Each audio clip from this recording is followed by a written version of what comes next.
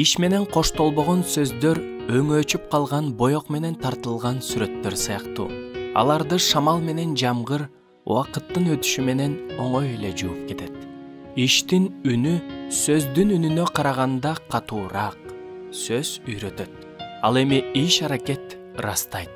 Оозуң үйрөтүп жаткан нерсени аткарууга жүрөгүңдү машыктыр. Өзүбүз кылбаган нерсени башкаларга үйрөткөндөн көрө унчукпай койгон алда канча жакшы. Кудайга жагуу жана адамдарды акылга келтирүү үчүн сөз эле аздык кылат, иш керек. Бирок азыркы адамдардын ишине караганда сөздөрү көп. Кудай жемишсиз сөздөрдү эмес, ишти талап кылат. Жашоо менен далилденбеген чындык сөздөр чындыктын өзүнөн күмөн жаратышы мүмкүн. Чындыкты түшүнүп, аны башкаларга үйрөтүп, бирок өзү ага кайдыгер караган адам шордуу адам. Сөз эле бар, иши жок адам жалбырактары бар, бирок мөмөсү жок даракка окшош.